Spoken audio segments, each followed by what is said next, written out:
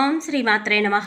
ఛానల్లోకి స్వాగతం అండి. మే 12 పౌర్ణమి తర్వాత మిథున రాశి వారి జీవితంలో అద్భుతం జరగబోతోంది. వీరి దశ తిరగనుంది. మీరు కలలో కూడా ఊహించని విధంగా మీ దుఃఖం దూరం అవ్వబోతోంది. దీని కారణంగా మీరు మానసిక ఆనందాన్ని పొందబోతున్నారు. అయితే మే 12 పౌర్ణమి తర్వాత మిథున రాశి వారికి ఏం జరగబోతోంది, వారి దుఃఖం ఏ విధంగా దూరం కాబోతోంది అనే పూర్తి వివరాలను ఈ వీడియోలో మనం తెలుసుకుందాం.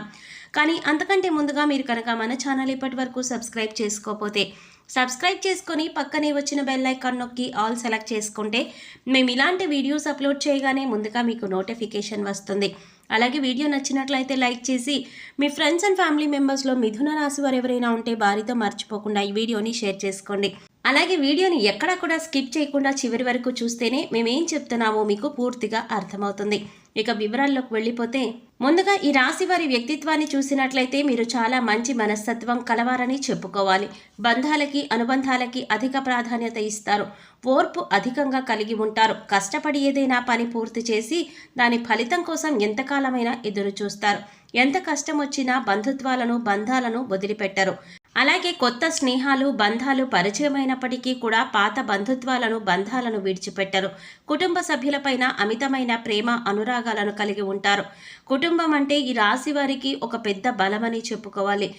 అలాగే ఈ రాశి వారికి ఒక పెద్ద బలహీనత కూడా అనే చెప్పుకోవచ్చు. కుటుంబ సభ్యుల కోసం ఏం చేయడానికైనా సిద్ధంగా ఉంటారు. ఇక వీరి జీవితాన్ని పరిశీలించినట్లయితే వీరి జీవితంలో అనేక సమస్యలు ఒడిదుడుకులు ఉంటాయని చెప్పుకోవాలి.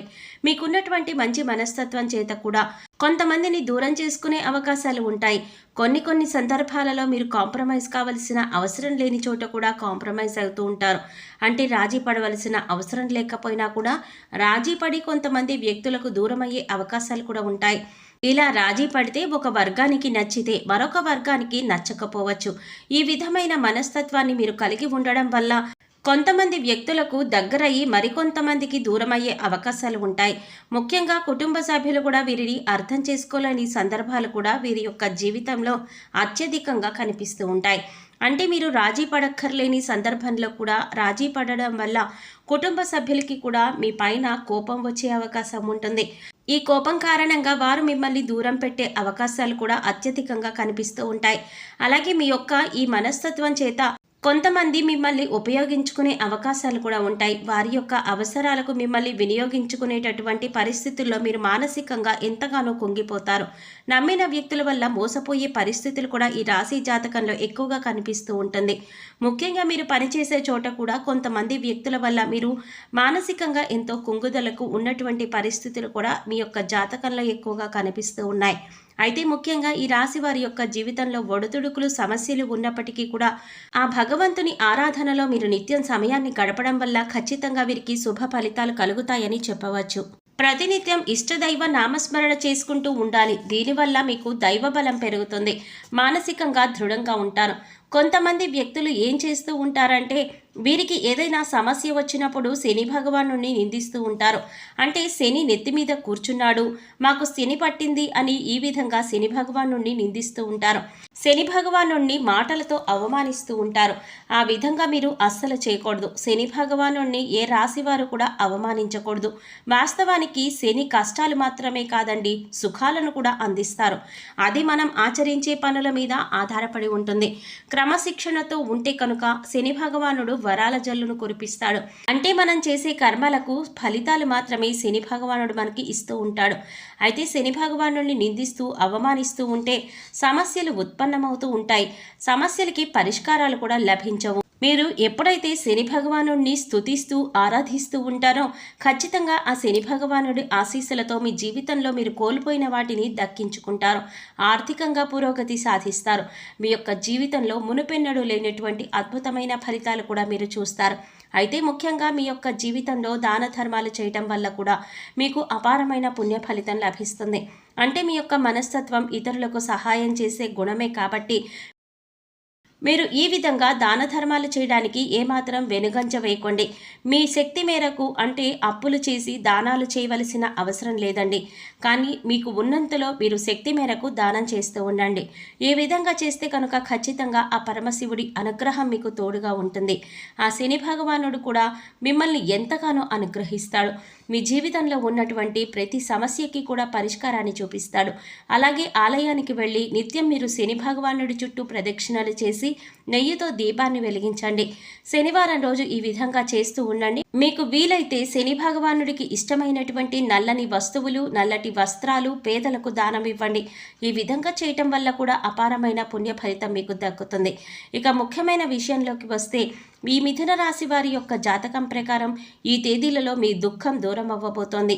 అది ఏ రకమైన దుఃఖమైనా కావచ్చు. ఒక్కొక్కసారి జీవితంలో ఏ విధంగా ఉంటుందంటే, ఏదో ఒకటి సమస్య నెలల నుంచి కావచ్చు లేదా సంవత్సరాల నుంచి కావచ్చు వారిని వేధిస్తూ ఉంటుంది.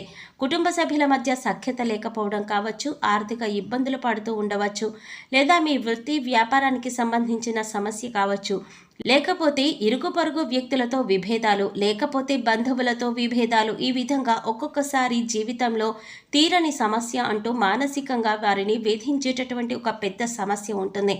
ఆ సమస్య నుంచి దూరమయ్యే అవకాశం కనిపిస్తోంది. మీరెంతో కాలంగా ఈ సమస్యతో వేధింపబడుతున్నారు. ఈ సమస్య కారణంగా మీరు ఏ నిర్ణయం కూడా సక్రమంగా తీసుకోలేకపోతున్నారు. ఇక ఈ సమస్య తీరడం వల్ల మీకు ఎంతో మానసిక ఆనందం కలుగుతుంది.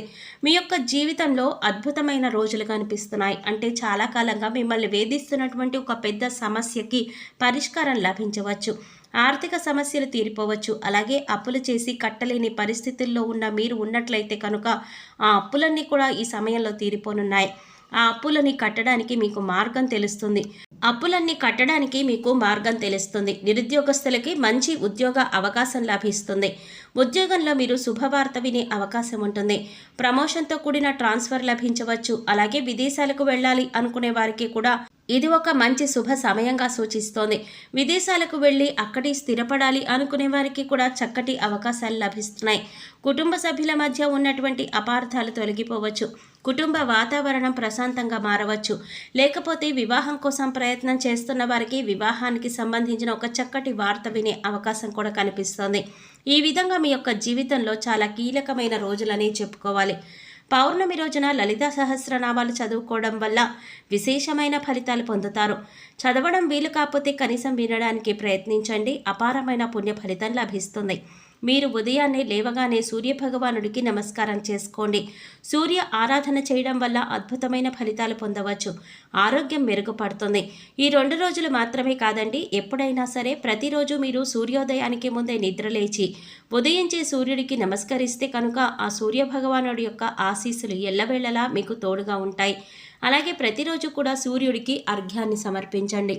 అంటే ఒక రాగి పాత్రలో నీళ్లు తీసుకొని అందులో కొద్దిగా కుంకుమ, అక్షతలు, ఒక ఎర్రటి పువ్వు వేసి సూర్యుడి వైపు తిరిగి మీ చేతులను నుదిటి కంటే కూడా పైకి పెట్టుకొని 2 చేతులతో చెంబు పట్టుకొని సూర్యుడికి నీళ్లను సమర్పించాలి.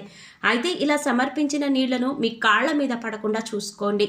ఏదైనా మొక్కలో కానీ లేదా వేరే ఏదైనా టబ్లో కానీ ఆ నీళ్లు పడేలా చూసుకోండి. అలాగే ఇంట్లో కూడా ప్రతిరోజు దీపారాధన చేయండి. దీనివల్ల మీకు ఇంట్లో అలాగే మీలో కూడా పాజిటివ్ వైబ్స్ అనేవి వస్తాయి. సో చూసారు కదండి, మీ 12వ తేదీ పౌర్ణమి తర్వాత ఈ రాశి వారికి తీరని కోరిక ఏ విధంగా తీరనుంది, అలాగే ఈ సమయంలో మీరు చేసుకోవలసిన దేవతారాధన, అలాగే పాటించవలసిన పరిహారాల గురించి ఈ వీడియోలో మనం వివరంగా తెలుసుకున్నాం కదా. ఈ వీడియో మీకు నచ్చినట్లయితే లైక్ చేసి మీ ఫ్రెండ్స్ అండ్ ఫ్యామిలీ మెంబర్స్లో మిథున రాశి వారు ఎవరైనా ఉంటే వారితో మర్చిపోకుండా ఈ వీడియోని షేర్ చేసుకోండి. అలాగే ఇప్పటి వరకు మన ఛానల్ కనుక సబ్స్క్రైబ్ చేసుకోకపోతే సబ్స్క్రైబ్ చేసుకొని పక్కనే వచ్చిన బెల్ ఐకాన్ నొక్కి ఆల్ సెలెక్ట్ చేసుకుంటే మేము ఇలాంటి వీడియోస్ అప్లోడ్ చేయగానే ముందుగా మీకు నోటిఫికేషన్ వస్తుంది. మరో చక్కటి వీడియోతో మళ్ళీ కలుద్దామండి. ఓం శ్రీమాత్రే నమః.